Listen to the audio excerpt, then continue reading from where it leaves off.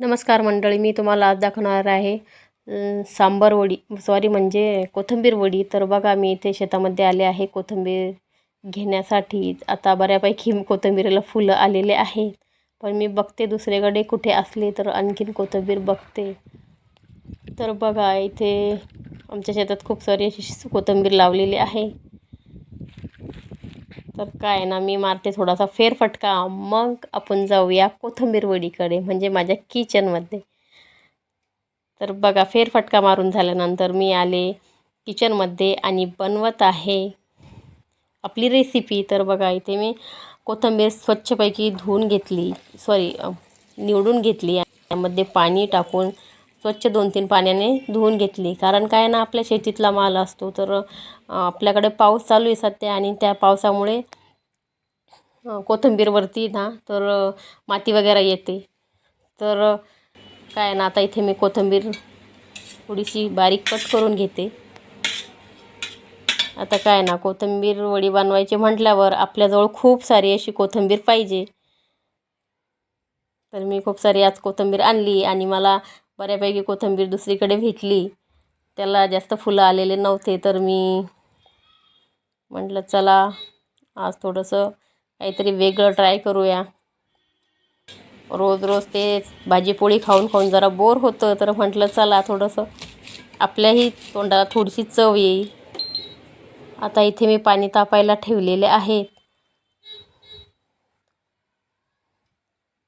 आणि जी कोथिंबीर होती ना, ती खूप सारी कोथिंबीर घ्यायची आहे आपल्याला, आणि त्यामध्ये टाकायचे आहे आपल्याला आपलं जे थोडंसं गव्हाचं पीठ आणि डाळीचं पीठ, जी आपली याची डाळ असते हरभऱ्याची, तर ती जास्त टाकायचं आहे ती पीठ.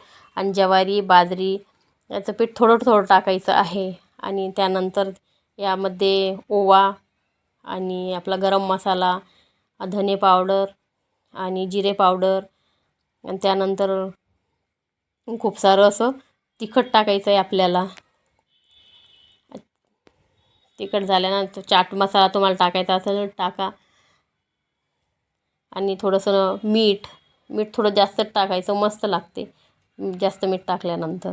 आणि थोडंसं पाणी टाकून ना हे थोडंसं मळून घ्यायचं हे. आणि आपल्या हाताला आहे ना तर थोडंसं तेल लावून घ्यायचं आहे. तेल लावून घेतल्यावरती काय होतं माहिती आहे का, आपल्या हाताला आहे ना तर ते पीठ असं चिटकत नाही.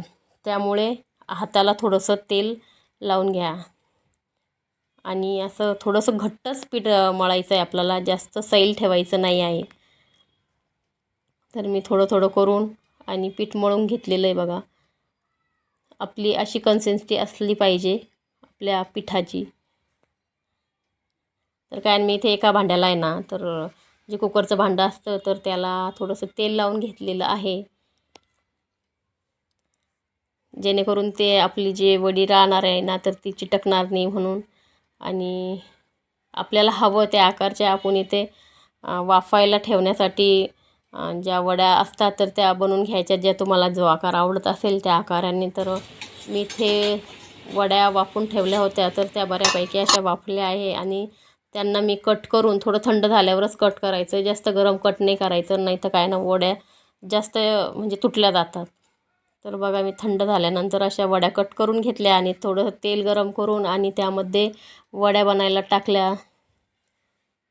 तर बघा, अशा काही माझ्या वड्या बनलेल्या आहे आजच्या. तर नक्की सांगा तुम्हाला माझी रेसिपी कशी वाटली. तर आता ज्या बाकीच्या आहे ना वड्या, तर त्यासुद्धा मी तळून घेते. आता तुम्हाला जर कधी तळून आवडत असेल वड्या, तर तुम्ही तळून घ्या, नाहीतर आहे ना थोडंसं तेल टाकून त्यामध्ये ते परतून घ्या, तशाही छान लागतात. पण मी आज इथे ना तळून घेतलेले आहे. तर बघा, माझी रेसिपी काही अशी बनलेली आहे. जर कधी माझ्या रेसिपीचा व्हिडिओ आवडला असेल तर नक्कीच चॅनलला लाईक, शेअर आणि सबस्क्राईब करायला विसरू नका. आणि हो, व्हिडिओ बघितल्याबद्दल तुमचे खूप खूप धन्यवाद. तर भेटूया अशाच एका नवीन व्हिडिओमध्ये. तोपर्यंत सर्वांना बाय बाय.